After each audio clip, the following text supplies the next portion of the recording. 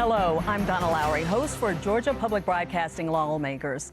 Welcome to the Atlanta Press Club Loudermilk Young debate series from the studios of Georgia Public Broadcasting. This is the general election debate among candidates for governor. Let's meet the candidates for this debate. They are in alphabetical order. Stacey Abrams, a Democrat, is an attorney and former state legislator.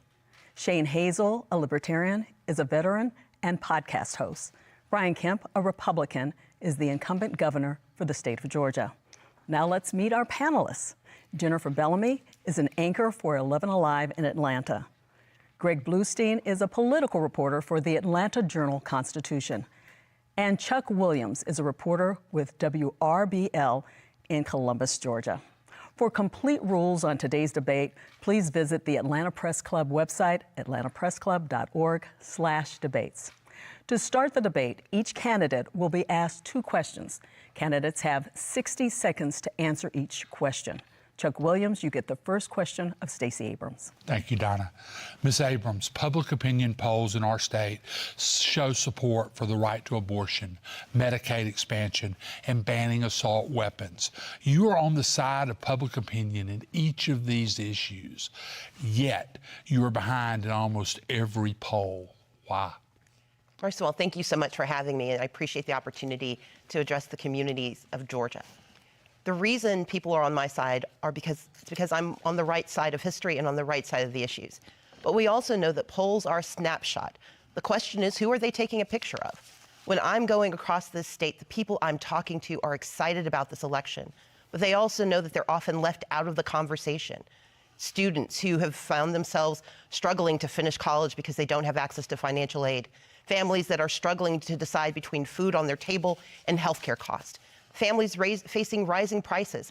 And everyone I've met is afraid of the gun violence and the rising violence in the state. I do not believe that I'm behind. I believe that I'm making the case for Georgia, the case for electing me as the next governor, because the current failures we have seen in this state are not only damning, they are disqualifying. And over the next few years, we have an opportunity to change the trajectory of the state. And I look forward to leading our state forward. Thank you very much. Greg Bluestein, it's your turn to ask a question of Brian Kemp. Thank you, Donna. Governor, in recent weeks, 2 recordings have surfaced in which you left the door open, or you appeared to leave the door open, to questions about whether you'd push to ban emergency contraceptives and whether you'd back a statewide ban on the destruction of embryos. Can you tell us right now whether you'd push for these measures or any other additional restrictions on abortion now that the 2019 law is in effect? No, I would not. I mean, look, we were at many campaign events. People come up, secret recordings, couldn't completely understand the conversation that's going on. But no, that's not my desire to do that. Georgians should know that my desire is to continue to help them fight through 40-year high inflation and high gas prices and other things that our Georgia families are facing right now, quite honestly, because of bad policies in Washington, D.C. from President Biden and the Democrats that have complete control. And thankfully, working with the Georgia General Assembly, we've been able to work to help give some relief to people despite what's happening in Washington, like giving a income tax credit back to our citizens, cutting taxes, also suspending the gas tax since March now, $800 million of relief for our hardworking citizens. So that is what my focus has been on, and it's what it will continue to be on. Thank you very much. Jennifer Bellamy, your question for Shane Hazel. Mr. Hazel, Georgia seems to be struggling right now in dealing with how to legally take on the issue of cannabis in the state. What do you think needs to be done here? How should Georgia address the issues surrounding marijuana? I guess a perfect question for a libertarian. We believe that cannabis is a plant that grows from earth naturally, and the hubris that the federal government has shown in making a Schedule I drug while also holding patents on it is one of those things where we find it somewhat laughable. And it is. It is a right of people. It is medicine. It is something that we can add to our industry here in Georgia and really displace a lot of what comes in from outside of Georgia. This is a huge win for Georgia. We have a great agricultural sector. We can grow 2 bumper crops of cannabis every year. The idea that it is still illegal and that Brian Kemp has talked about this and tweeted about it as it is a good thing when we make cannabis bust and cannabis bust only is a real sign that the government in Georgia is using it for the prison industrial complex, for the law enforcement complex to go after communities that would like to see freedom in this area. So it's a right. That's how we see it as libertarians. All right. Thank you very much. You have a rebuttal? Yeah, I would just like to make sure people at home know that I have been doing exactly what I told them I would do when I was campaigning for governor, and now that I am your governor. We have been going after street gangs and drug cartels. So the things that we're tweeting out there is when our great men and women in law enforcement are making drug busts, not from recreational users and other things. But that's what my focus is on. All right. Thank you very much, gentlemen. Greg, please ask a question of Stacey Abrams. Yeah, Ms. Abrams, in 2018, you didn't concede defeat to Governor Kemp, and you talked to systemic problems with the state's election system. This election, do you commit to accept the outcome of the vote, regardless of what it shows? And do you stand by your use of words like rigged 4 years ago to describe the state's election system? In 2018, I began my speech on November 16th acknowledging that Governor Kemp had won the election. I then proceeded to lay out in grave detail the challenges faced by voters under his leadership as Secretary of State, including the 10+2 who were arrested in Quitman, Georgia, because they had the temerity to use absentee ballots. I told the story of students who were denied access to the right to vote, even though they had duly registered. 80,000 complaints had come in by that day, and it took 4 years of federal investigation in a lawsuit that was the longest-running voting rights lawsuit in the state's in recent history that proved us right. Now, we didn't win every single claim, but we forced massive changes to the election laws. And unfortunately, Brian Kemp and Brad Raffensperger have decided to restore their greatest hits. Just today, a homeless woman was denied the right to vote in Forsyth County because she did not receive a provisional ballot because she had been challenged. As governor, I intend to stand up for the right to vote. I will always acknowledge the outcome of elections, but I will never deny access to every voter, because that is the responsibility of every American to defend the right to vote. Thank you. Brian Kemp, rebuttal, 30 seconds. Well, I would just say that Ms. Abrams is going to do a lot of attacking of my record tonight because she doesn't want to talk about her own record. In 2018, in the governor's race, we had the largest African-American turnout in the country. She said that Senate Bill 202, our Recent Elections Integrity Act, what we passed 2 years ago, would be suppressive in Jim Crow 2.0. Just this past May in our primaries, we again had record turnout in the Republican primary and the Democratic primary. In Georgia, it's easy to vote and hard to cheat. And I'd like to add just a second here, as the libertarian. 30 seconds for you. Although you will push for people to have access to going to the polls and voting, you're not pushing ballot access. This is a huge oppression for people like the third parties, the people that want to get their people on the ballot. We have, I think, 20% Democrats, 20% Republicans in the state of Georgia. That leaves 60% of people in Georgia unrepresented by ballot access laws that both of them support. 30 seconds, Ms. Abrams. Actually, to correct Mr. Hazel, I co-sponsored legislation to expand ballot access because I agree with you that third parties should have better access to the right to vote in the state of Georgia. I co-sponsored it with one of our independents in the state legislature. But let's be clear about ballot access and voter access. Brian Kemp was the Secretary of State, and he has assiduously denied access to the right to vote.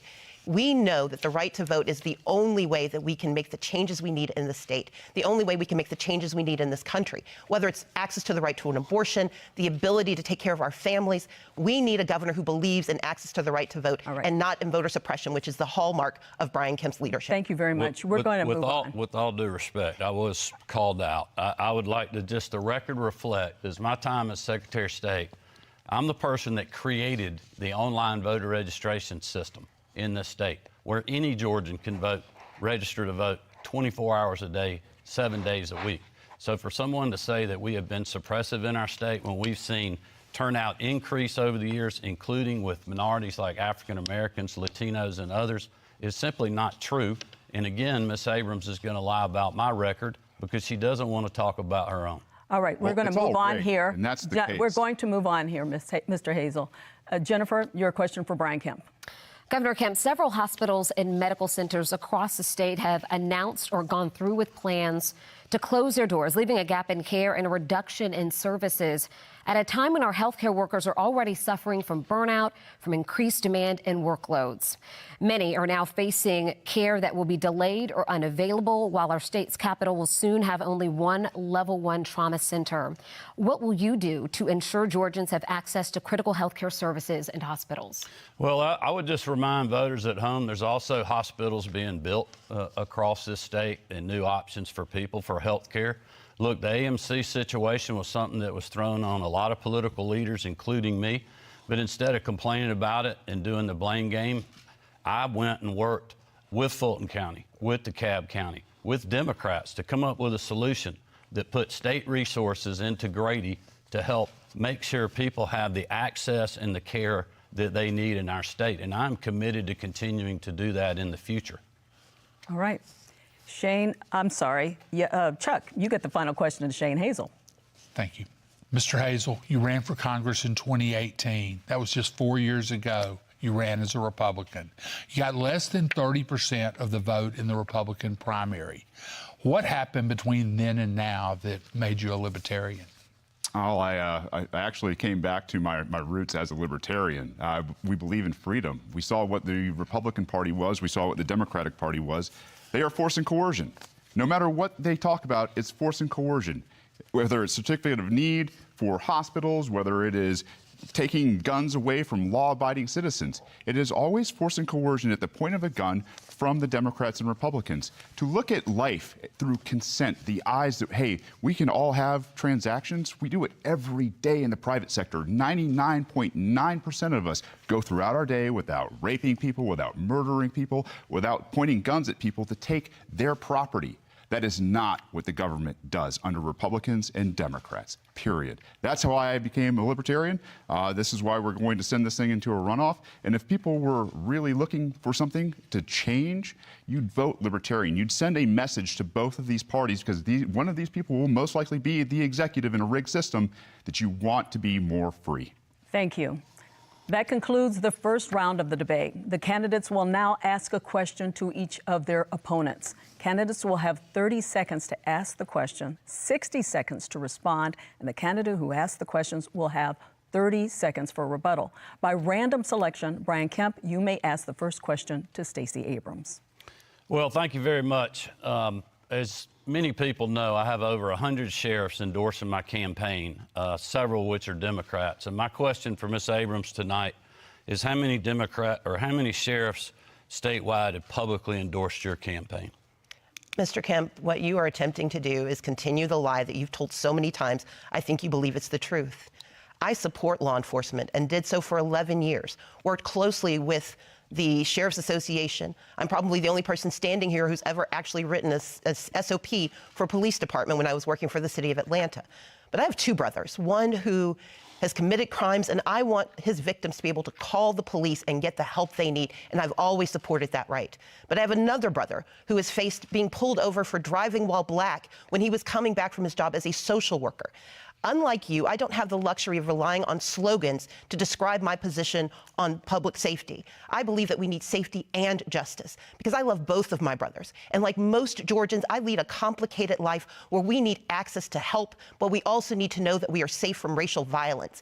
While you may not have had that experience, too many people I know have, and that is why I will always stand up for making certain that safety and justice are the conversations we're having in Georgia and the delivery we have as the next governor of Georgia. Thank you. 30 seconds, Mr. Kemp. Well, I would just tell people that, look, I support safety and justice, but Ms. Abrams refused to answer the question, so I'll let you know that the answer is 0. No sheriffs are endorsing her statewide because of her stances on wanting to defund the police, eliminate cash bail, and serving on the boards of organizations like the Margaret Casey Foundation that supports and gives grants to organizations that are promoting the defund the police movement.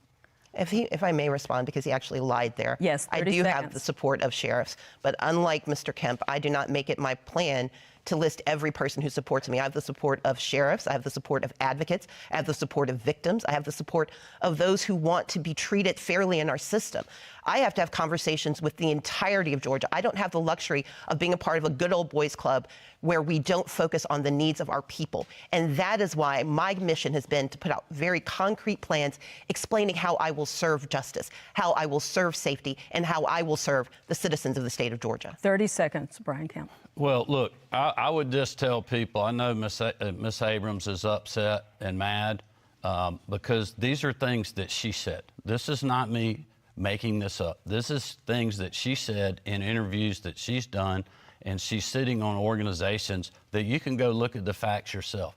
And that's why the men and women in law enforcement want a governor that is going to stand with them, who has been with them, not only to have their back, but also stand shoulder to shoulder on things like civil unrest and going after street gangs and human traffickers. Thank you very much.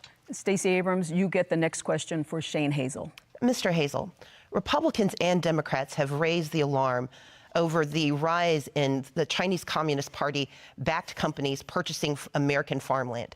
To date, they've purchased more than 1 million acres of farmland in the state of Georgia. Would you agree with Mike Pompeo that allowing those purchases in the state of Georgia is a sign of madness? And would you be concerned about the national security implications of the Chinese Communist Party purchasing this land with the support of the state of Georgia? I see the setup for this question. I understand why it was projected at me.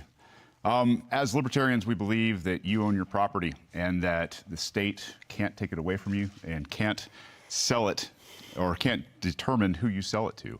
The CCP, obviously, which is going through its own internal unrest right now, I believe is probably purchasing this with things like central bank digital dollars and yuan, which are also coming down to a critical nature where people are in uprising in China. What we need to look at is how these purchases are being made. Are we accepting fiat, CCP yuan in Georgia as a actual currency? It's about as good as the U.S. currency, the fiat currency that we're about to have hoisted on us in terms of a CBDC. I'm not going to tell you or anybody else as governor how or who to sell your property to. And I imagine that in the end, the free market will work itself out. Thank you. Stacey Abrams, 30 seconds. The state of Georgia is watching our farmland be purchased by the Chinese Communist Party. And while that is not normally a conversation that we have, it is something that we should be concerned about. Agriculture is our #1 industry, and Georgia has 13 military installations. The fact that the state of Georgia is working with the Chinese Communist Party, using one of their technologies that both Donald Trump and Joe Biden have warned is very much a national security threat, should be of great concern to every Georgian. This is not about being concerned simply about who's owning the land, but it's about how much access to our information they have because of the state. Thank you. Shane Hazel, you may ask your question of Stacey Abrams. Yeah, I'd agree with you. The military-industrial complex is a big problem. It is, and the fact that we have people trying to come here to, I don't know, get a backdoor into our military.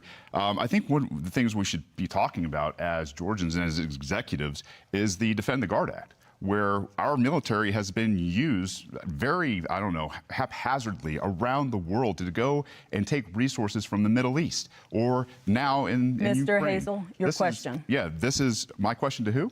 To Stacey Abrams.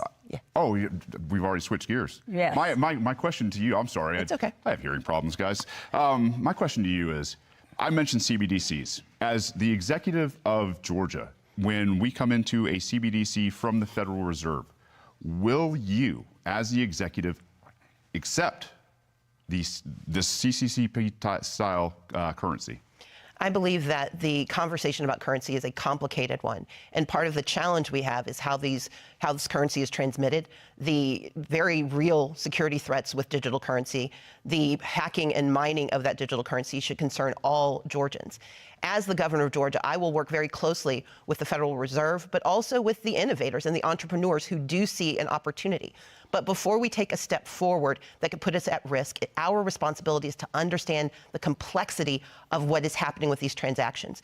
And as exciting as it is, we also know it's deeply problematic when we do not have the adequate safeguards in place. That's one of the reasons I've raised concerns about WeChat and about the purchase of farmland. But what we know overall is that we need a governor who's conversant in these issues, who understands that, for example, in the state of Georgia, we have access to $3.5 billion in American currency that could be delivered tomorrow to save our hospitals and to save our lives. But our current governor has refused to accept those dollars. My intention is to do what's best for the state of Georgia every single day. Thank you. Shane Hazel, you get a 30-second rebuttal. Yeah, working with the Federal Reserve, who's got us into the mess that we are in right now because of a centralized fiat currency, it will be absolutely worthless. They will be dangling carrots in front of the governor, in front of the executives, in front of the legislature to do exactly what their mandates are. If they are mandating that they take the property of people, then they will do it. If they want to invade your homes, your privacy, your businesses, they will do it because of CBDCs. All right. Stacey Abrams, please ask your question to Brian Kemp. Absolutely. Mr. Kemp, under your leadership, there is currently a 100-year gap between minority-owned businesses and majority-owned businesses. Although minorities comprise 48% of the population, they only generate 12.2% of the business revenue in the state. And under every analysis that we have seen, it will take 100 years to close that gap, given the current process that you have in place. You served 4 years in the Senate, 8 years as Secretary of State in charge of businesses. You served 4 years as governor. What are your concrete, specific, targeted plans to decrease and address the racial equity gap currently facing contracting and purchasing for minority-owned businesses? Governor Kemp? Well, I would remind Georgians that the first part of my plan was keeping our state open for business and allowing all business people and working Georgians to work when Stacey Abrams was criticizing me for doing that. Also pushing to get our kids back in the classroom when, again, Stacey Abrams was criticizing me for doing that. A lot of Georgians, including African Americans and other minorities, cannot go to work if their kids are not in the classroom. We have the lowest unemployment rate in the country for African Americans. We also were named we're in the top 10 of the states for black entrepreneurship in the state of Georgia. So our economy is incredible, and we will continue to work with all of those entrepreneurs in the days ahead and working class Georgians, because we are the ones that have been fighting for you when Miss Abrams was not.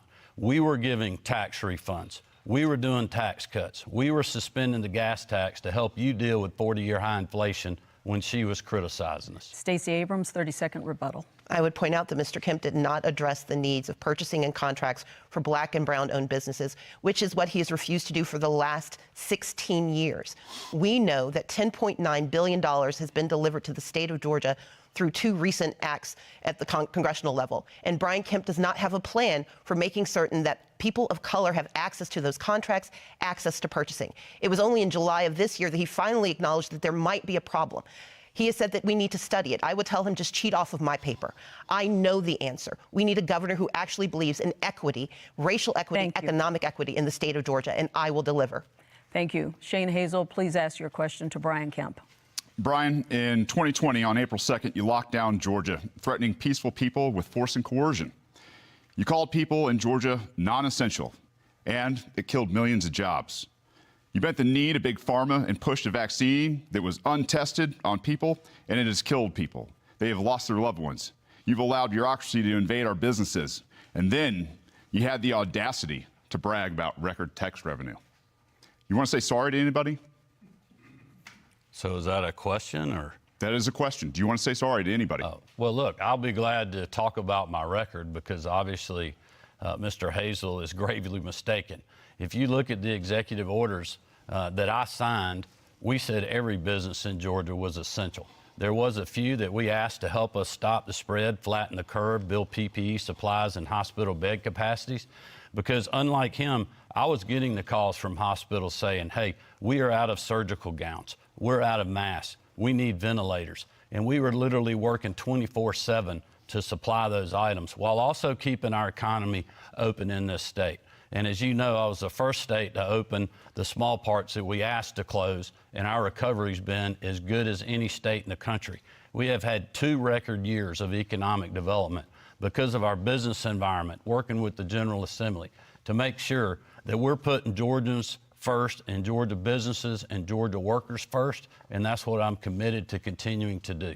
30 seconds, Mr. Hazel. You should have put Georgia freedom first, period. You didn't have the power to lock down businesses, and you signed the executive order on April 2nd. It was clear as day. I sat there and watched you do it, and I was like, there is no coming back from this. The idea that I guess the default was to lock down Georgia instead of trusting Georgians with their freedom to adapt in a time of very changing circumstances, I think is a tyrant move, and I think the left and right are fascist and communist socialists, whereas we're talking about real liberty, trusting Georgians with those decisions. Thank you, Mr. Hazel. Brian Kemp, you have the final question in this round for Shane Hazel. Well, I would just ask Mr. Hazel if he supports the things that we have done because we were open and Georgians were working and we've had excess revenue. So instead of doing big government... That's our tax money. Okay. Yeah, no, I don't support it because Your here's the thing is, when we get to that point, when we talk about what you're doing... I was fixing to ask my Finish your my question. Please go ahead. I would just say, do you support the tax cuts we've done, returning $1 billion of taxpayer money and suspending the gas tax for Georgians to help fight through 40-year high inflation and bad domestic energy policy? Georgia, I hope you hear me when I say libertarians think taxation is theft. It's your money. It's your property. Yeah. You should be able to determine what you do with it. I don't support the fact that you haven't ended qualified immunity. I don't support the fact that you haven't ended civil asset forfeiture. I don't support the fact that you haven't ended the drug war. You haven't ended nonviolent crime. You hadn't ended cash bail. You haven't ended no-knock raids. You haven't implemented community review boards. And you haven't banned blacked-out cop cars that go after people for more money. It's ridiculous. De-escalation by the executive to leave peaceful people alone in the state of Georgia. That's my message to both of you, to everybody in the state who wears a badge. Stop going after peaceful people. Mr. Kemp, 30-second rebuttal. Well, that's simply not true. As Georgians know, I have followed the laws and the Constitution of this state. And I ran on going after criminal street gangs because I knew there was an issue in our state when other people wouldn't even talk about it and the media wouldn't acknowledge it. And you look at the amount of fentanyl that's coming across the southern border because of bad border policies from this administration. Every governor in the country is having to deal with that. So yes, I'm going to go after bad people that are selling bad drugs and killing our children and our other citizens. The free market way to do that would be to allow cannabis and psilocybin to handle the mental health issues. Mr. Okay, Hazel, well, I wasn't talking move on. about cannabis. I was talking about deadly fentanyl. Gentlemen, Stop busting them then. Gentlemen, we're going to move on. That concludes our second round. For those just joining us, this is the general election debate between candidates for governor. We will now go back to the panel to ask questions to the candidate of their choice until we run out of time. As a point of moderator privilege, I may also ask questions of the candidates, and I will determine when a rebuttal is appropriate. And I'm going to use that moderator privilege right away to ask some education questions. Mr. Kemp, if reelected, you've said you'll push for $65 million dedicated to fighting pandemic learning loss, hiring more counselors, and recruiting teachers to fill shortages. How do you respond to those who say you should have prioritized those academic-related issues over laws dealing with divisive concepts, parental laws, and obscene books in the past legislative session? Even those who were pushing for those laws in the end say they don't have much teeth. Well, look, we have been pushing for those things. You can talk to school superintendents around the state. We have worked with them really over the last year and a half, 2 years on learning loss. We've been working with our superintendents and other education groups. We've passed 2 different pieces of legislation dealing with the teacher pipeline, which is getting more teachers into the system. Our plan is working with higher education, including our HBCUs and others, to make sure we're getting more of the right people and more of them in the classroom to help mentor our children. This is really just the next step in the process. We are funding K through 12 education in this state more than we ever have per pupil, ever. And that's coming off a recession during the middle of a global pandemic. This includes my promised teacher pay raise of $5,000 that we completed in my first full term, despite having to deal with 2 years of a global pandemic and a recession. So I think it's incredible what we've been doing, but make no mistake, we have more work to do, and I'm committed to doing that. Thank you. Shane Hazel, would you tell us your education plan? Yeah, it's to put it in the hands of the private sector. The government education system that came from Prussia in the 1700s has obviously failed Americans. We don't understand economics. We don't understand our civil culture. We don't understand a whole lot about what goes on behind the scenes in politics. The idea that we want to privatize everything as libertarians is good for education. Think about Walmart having a monopoly on force to teach your children. It's insane. The idea that we do this with a government has side effects. We see them on a daily basis. We need to get government out of education. We need to allow parents to seek out the best education for their kids. And we also believe that they have the responsibility to do so. So to help fix this nation, start here in Georgia, is get the government and the admin out of the classroom and get it out of our lives. Thank you. Ms. Abrams, in education, you propose a boost in teachers' pay, more state-paid preschool slots for lower-income children and their families, and more. If you win the governor's race, you'll likely have Republican majorities in both chambers. Given what we know about partisan divisions, how will you get your education proposals passed and funded? So let's begin with what my proposals are. Georgia is sitting on a $6.6 billion surplus. That's money that we have after we've paid every bill, after we've put 15% aside for, say, a rainy day fund. That is money that after we've accounted for increases in population. And I want to invest it in our children and in our families, beginning with making certain that we have pre-K slots. We have 4-year-olds on a waiting list. I've never met a 4-year-old who waits to turn 5. But we can solve that problem with the money we have right now. We can also give an $11,000 pay raise to our teachers instead of a $5,000 pay raise on layaway. We can make certain that we are increasing access to the pipeline because teachers aren't in the pipeline because they can't make enough money to take care of themselves and their families. And that is why under this governor, we have a 67% retention rate. Any other CEO who lost more than 30% of their workforce would be fired. And that is why my plan is to use the resources we have today to plan for today and tomorrow. We've got the money, and we have economists in Georgia and national economists who have looked at my plan, and they say it works. Check my plan out at StaceyAbrams.com. Check my math. It works. Thank you. 30 seconds. Yeah, I'd just like to let people know that, look, my plan is to use the revenue that we have because we've been open. If Stacey Abrams had been your governor over the last 4 years, you wouldn't have that excess revenue because she wanted the state to stay locked down and criticize me when I opened it back up. We have, in fact, been using this revenue and will do so in the future to do another income tax refund and put the money back in your pocket. We're also going to do a property tax relief grant one time that helps you with rising property values and rising property taxes that the counties are not rolling back. Thank you very much. If I may respond, because 30 seconds. This is going to go back and forth between the Democrats and the Republicans. If they keep attacking each other, I'm going to say we've got to this as a move on. homeschooler, Ms. Abrams, 30 seconds. For Mr. Hazel, we've got to move on. We're not going to be excluded from this. I'm not excluding you, but he did refer to her, so we are going to have her speak first. You're going to take money and property from people that don't even attend your schools because they don't agree with them. We want to move on. Ms. Abrams? I want to point out 3 things that were inaccurate. One, I urged caution because any leader should privilege the lives of those they serve. 38,000 people died in Georgia. We have one county where 1 in every 100 Hancock County residents perished under this governor. And so, yes, I urged caution. But I also urge good math. We have the money in our accounts to do what is right. Money not delivered by Brian Kemp, money delivered by federal Democrats, and money that is delivered by hardworking Georgians who have generated the surplus, and they deserve investments in their lives. And the income taxes that we keep hearing about, 50,000 people are getting $500 million. The rest of us are going to see $193. Thank you. That is not a good return on investment. Shane Hazel, 30 seconds, please. It's stolen money. All of it's stolen money from people who have property. The fact that we have property tax in America has got to be one of the most un-American things I've ever heard of. There are a lot of us at homeschool because we don't believe in the government school system, and we are still fleeced every year to the tune of thousands and thousands of dollars to pay for a broken school system that we don't agree with.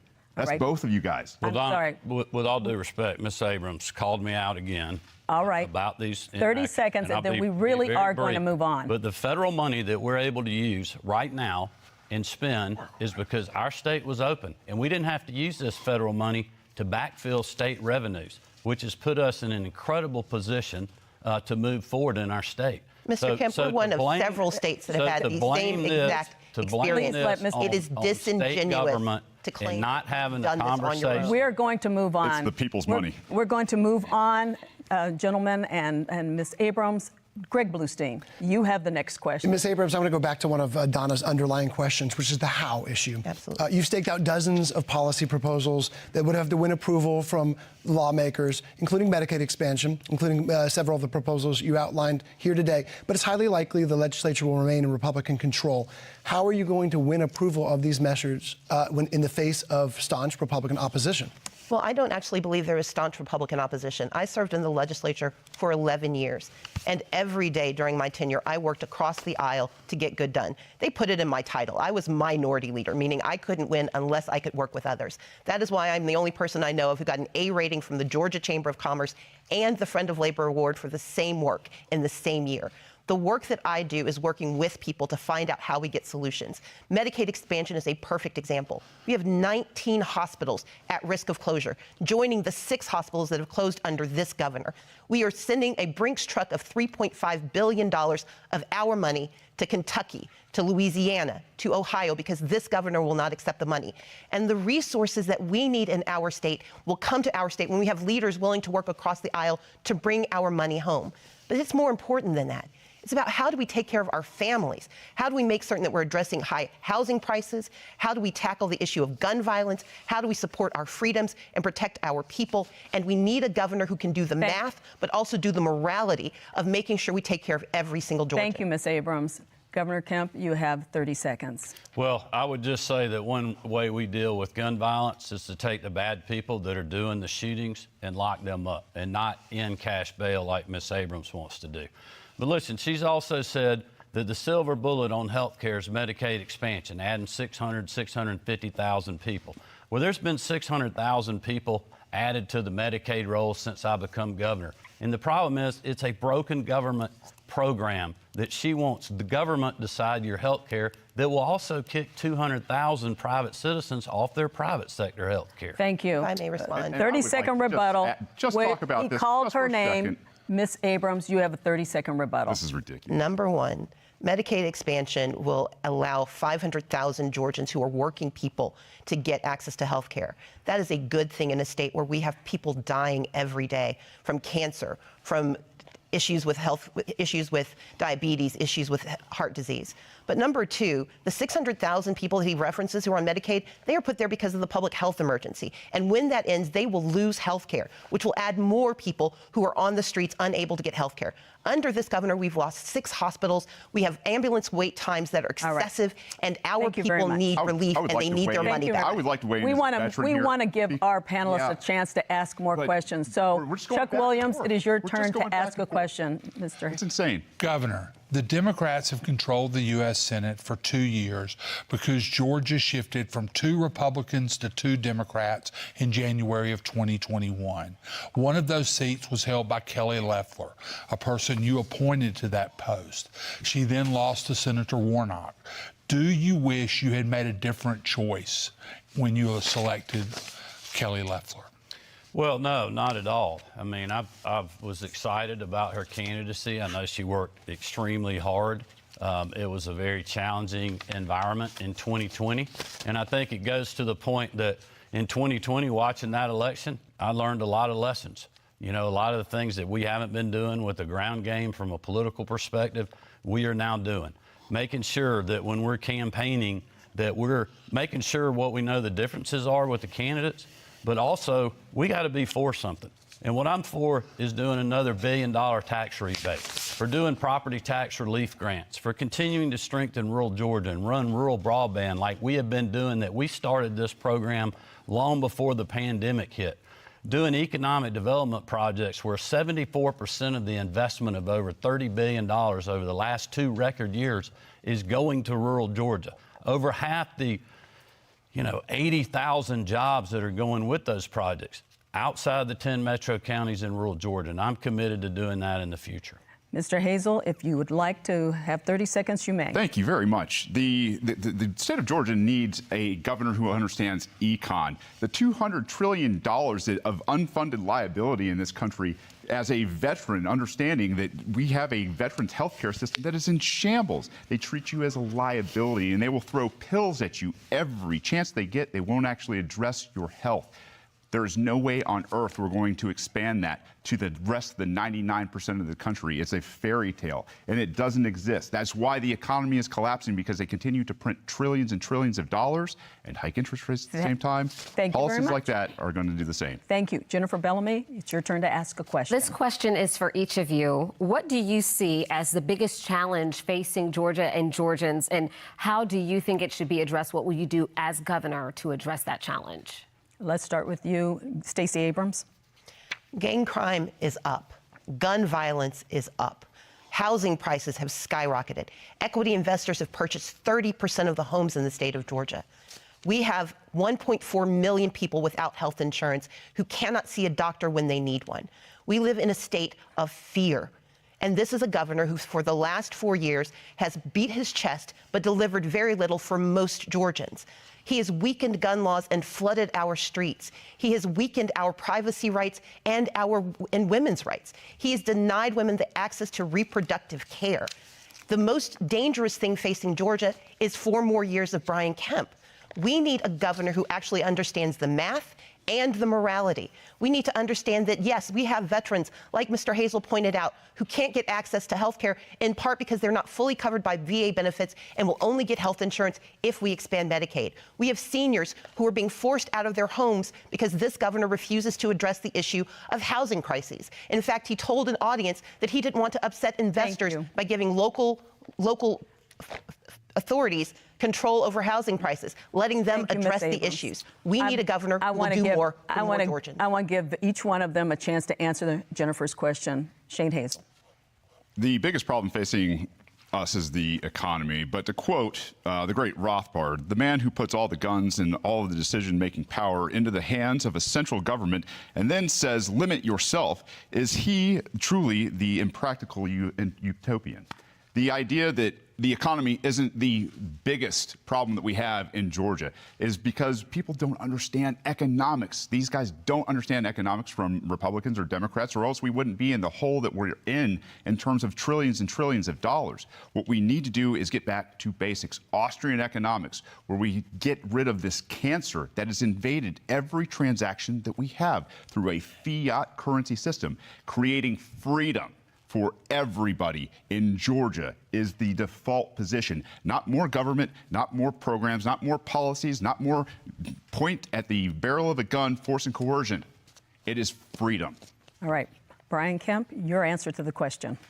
Well, I'll first, since I didn't get a rebuttal after being called out, would just let Georgians know again that my record's being attacked because Ms. Abrams doesn't want to talk about her own record.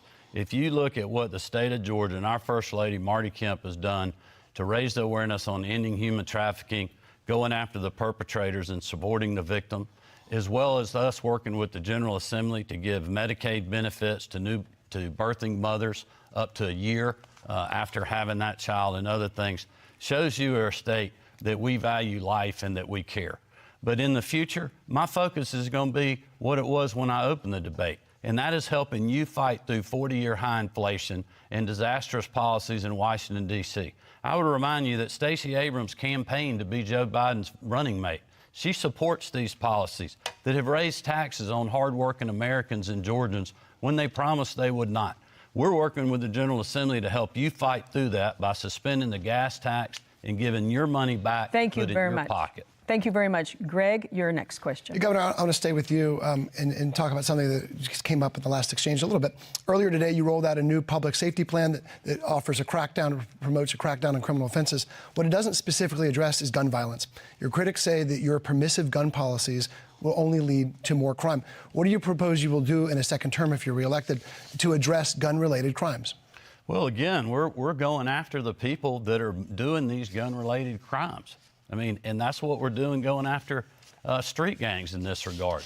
You know, during the pandemic, when I was talking to people about how we were responding and what we were dealing with, I was hearing from educators and athletic directors and other people saying, Governor, we got to get our kids back in the classroom because we're losing them.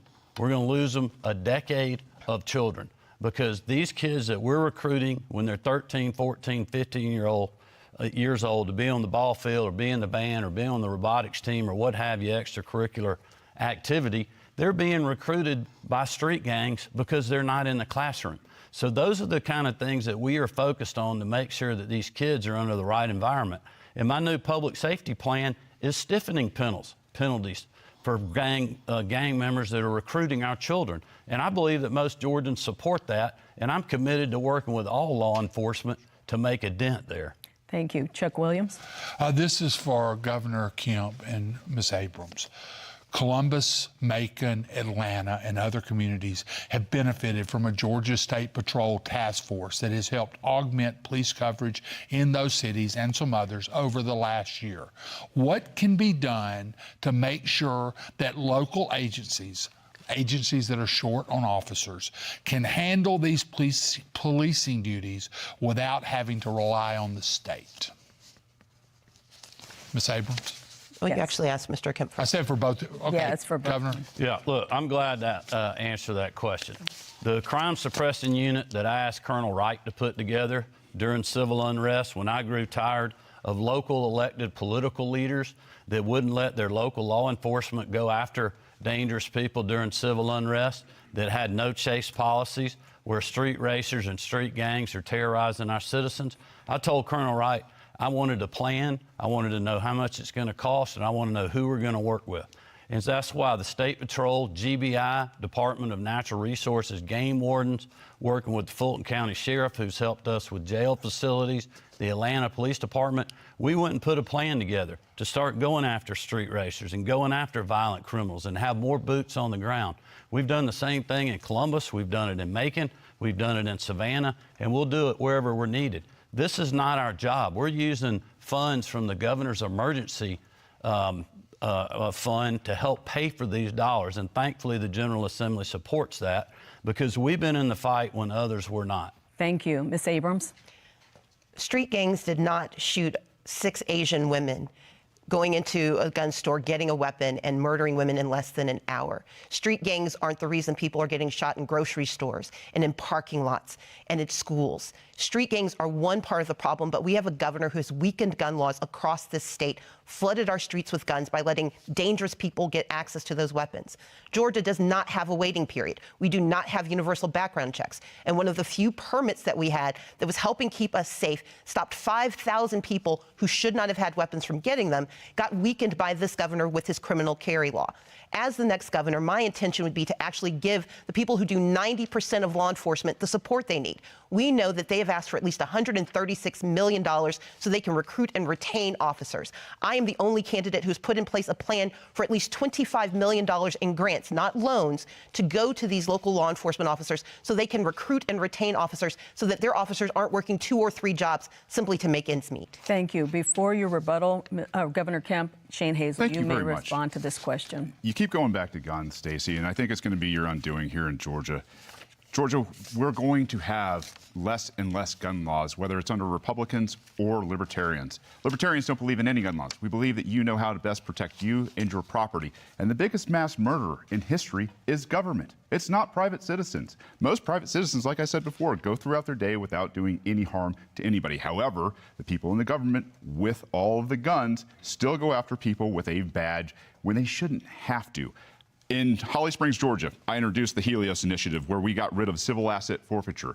It was a one-page bill through decentralization, nullification, using the Constitution that made the officers in Holly Springs safer because they don't have to go out there and they don't have to harass people of color while driving while black. They don't have to go out there and look for drugs. They don't have to go out there and do any of these things because civil asset forfeiture is also the government stealing more than criminals, hardened criminals, from anybody and everybody in the state of Georgia. Thank you. Governor Kemp, 30 seconds. Well, thank you. I would just let people at home know the largest, fastest growing segment of the population that's buying handguns and firearms is African Americans and females. You know why? because the criminals are the only ones that do have the guns. You have local governments that are holding up concealed weapon permits that are keeping law-abiding citizens from being able to simply use their Second Amendment right to protect themselves and their property and their families.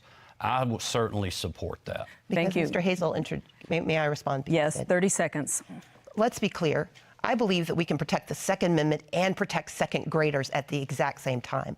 That means that, yes, more people are buying guns, but that's because they think that's the only way to protect themselves because guns have flooded our streets. These are communities that want to be safe.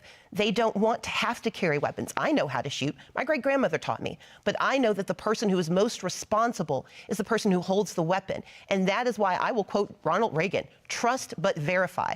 And because of the criminal carry law that Brian Kemp signed into law, there is no longer a background check for those who have concealed carry permits. That makes all of us less safe. How are you going to take the guns? Don, if I could respond. How is she going to take the guns? That's a great really question. want to move on. Well, there is a federal background check. There's a federal background check on every individual that buys a firearm in the United States of America. Which shouldn't exist either. So, that is not true. Well, the point, Mr. Kemp, that's not true. I understand the point you're making, but the point is, when you buy a firearm, you get a background check. Mr. And Kemp, none of the laws More changed. Mr. Kemp, if you purchase a weapon in Georgia through a gun sale or a private sale, through a gun show or a private sale, you're not subject to that. We're going to have to move on. Interrupted you tonight. And I apologize. Candidates, we have to move on. I'm going to allow Jennifer to ask what's going to be the final question in this round. A study recently showed frustration among our nation's teachers with political interference into education, with issues like COVID-19 and critical race theory presenting additional challenges to a profession that's already dealing with low pay, falling interest, and people leaving. What would you do specifically as governor to recruit, retain, and empower educators for schools across the state of Georgia, for each of you? Shall I? All right, we'll start with you, Ms. Abrams. And let me again apologize to Mr. Kemp for interrupting. This is a very important topic to me, and I apologize for my outburst. I will say that when it comes to education, we know teachers are leaving the workforce. We have a 67% retention rate, but 70% of our teachers have said they would not recommend teaching to their colleagues. That is because of low pay, because of overregulation, because of high stress, and because they believe that they are being told to teach to a curriculum that does not reflect the values and needs of our students. When a teacher is told that you have to lie to a child, which is what happened with the divisive language, the divisive concepts legislation, teachers are not being able to teach the whole history of our students. They're not able to tell their children what they need to know. As the next governor of Georgia, I will repeal those laws. I will increase pay, and I will make certain that all of our teachers can start and continue through their time well paid and well protected and well supported by the government. Unfortunately, we're running out of time, so only 45 seconds. So, Brian Kemp. Well, I would just say this is exactly why I did the $5,000 teacher pay raise that I ran on in 2018. We've also done a Parents' Bill of Rights to have parents fully engaged with their schools to make sure that they know what's happening in their kids. Quite honestly, people are tired of their kids being indoctrinated in the classroom. But we've also worked with our educators on these pieces of legislation to make sure that they make good common sense.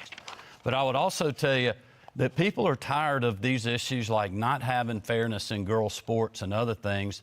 And quite honestly, it's woken a lot of people up. So we got to continue to have good conversations like we've done with our teacher pipeline legislation, like we're doing with helping 9,000 parapros get fully certified to be in the classroom. Thank you very kids. much. Shane Hazel, you get 45 seconds. Your question raises a lot of interesting points. A lot of these teachers, like my own wife, has left the profession of teaching to homeschool, to go to private school, to do something outside of this narrative where admin from the federal government and the state government is forcing them to teach things they don't want to teach to test. They can't stand the administration who makes six figures. It is bloated. It has absolutely gotten out of control. We need to nullify property tax. We need to let people get out of the system. We need to allow the private sector to work, because before education was put under the thumb of government here, we had some of the brightest, most well-read people in the entire world, and that's what we need to bring back. All right, thank you very much. We are running out of time, so that is all the time we have for questions. Each candidate will now have only 40 seconds for a closing statement. And Brian Kemp, you get the first closing statement. Well, first of all, let me thank the Atlanta Press Club for having us. When I ran for governor in 2018, I promised to put hard-working Georgians first ahead of the status quo and the politically correct. I said shortly after being sworn in, I would work hard as your governor every single day for all Georgians, whether you voted for me or not. I'm so optimistic about the future of our state. The lowest unemployment rate in the history of the state, the most people working, and economic opportunity in all parts of our state, no matter your zip code or neighborhood. Stacey Abrams said Georgia's the worst state in the country to live. Well, Marty, the girls, and I disagree. We think Georgia's the greatest state in the country to live, work, and raise our children, and that's why I'm asking for your vote and support to keep it that way. Thank you, and God bless. Thank you. Stacey Abrams, 40 seconds. I, too, want to thank everyone tonight for your support. And I want to point out that Brian Kemp did make promises. He promised to keep us safe, but crime has gone up. He promised to protect us, and yet he's attacked our freedoms. He has promised to take care of our families, and yet the rising prices in Georgia are rising because he refuses to expand Medicaid, because he refuses to tackle the affordable housing crisis that we have, and he's sitting on $400 million of our money that he will not spend to keep us under roofs and in our homes. As the next governor, I want us to have more money in our pockets, more protections in our lives, more freedoms in our days, and more opportunity in our communities. I see all of Georgia, and as the next governor, it would be my intention to serve all of Georgia. I encourage you to go to my website, StaceyAbrams.com, and please make a plan to vote, and know that I'm asking you for your vote tonight. Thank you. Shane Hazel, you get the final 40-second closing statement. Georgia, you are essential. We are in changing times. Technology, money, politics are all changing incredibly fast.